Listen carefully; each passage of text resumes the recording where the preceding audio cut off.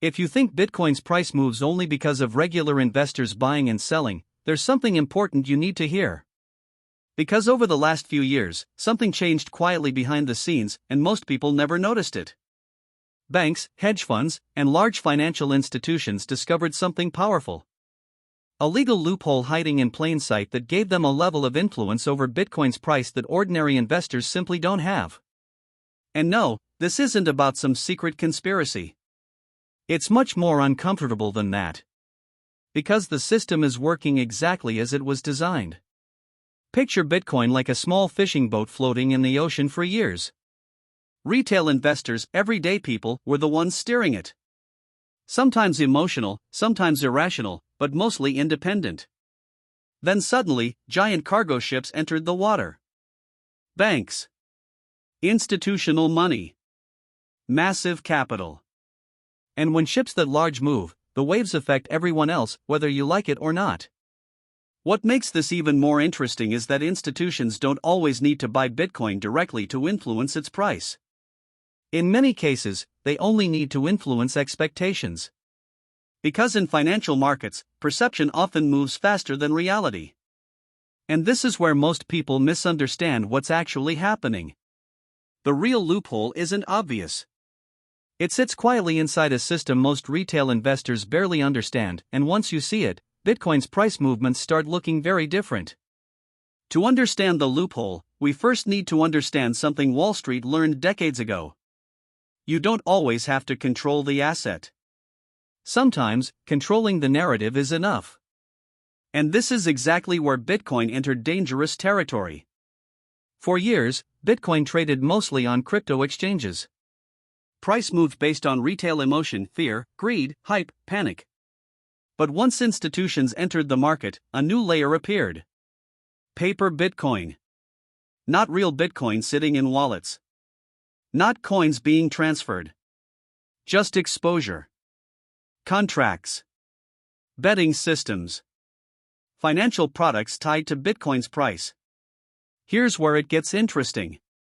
Imagine there are only 100 houses in a city. Normally, prices move based on real buyers purchasing real homes. But now imagine banks create thousands of side bets on what those houses might be worth tomorrow. Suddenly, expectations start influencing prices more than actual ownership. That's essentially what happened. Through futures markets, ETFs, leveraged positions, and institutional products, large financial firms gain something powerful. The ability to influence short-term price direction without necessarily owning huge amounts of Bitcoin itself.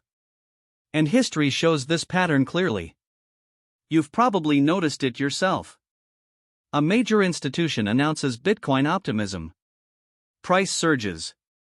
Retail investors rush in. Then suddenly, a sharp correction hits. Panic selling begins. And somehow, larger players seem perfectly positioned afterward. Coincidence? Sometimes. But not always. Because the loophole becomes strongest when ordinary investors misunderstand one brutal truth. Markets reward patience. But they punish emotional reactions. And Bitcoin might be the biggest emotional market of them all.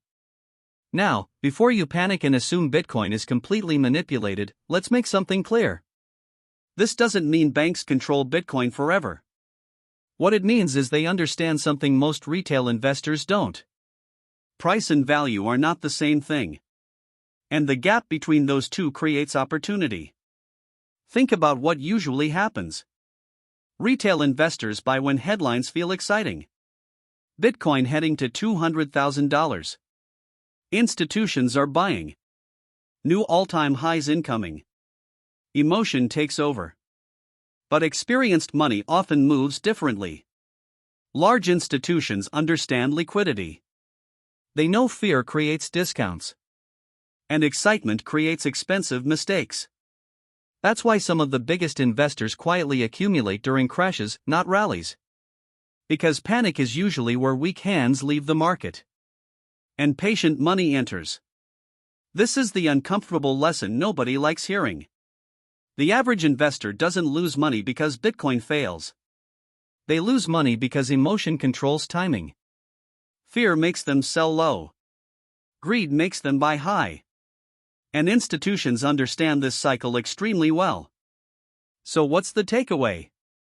If you believe in Bitcoin long term, stop obsessing over every short term move. Understand the game before playing it. Because markets have always rewarded people who think in years instead of weeks. And maybe the biggest loophole banks found wasn't in Bitcoin itself.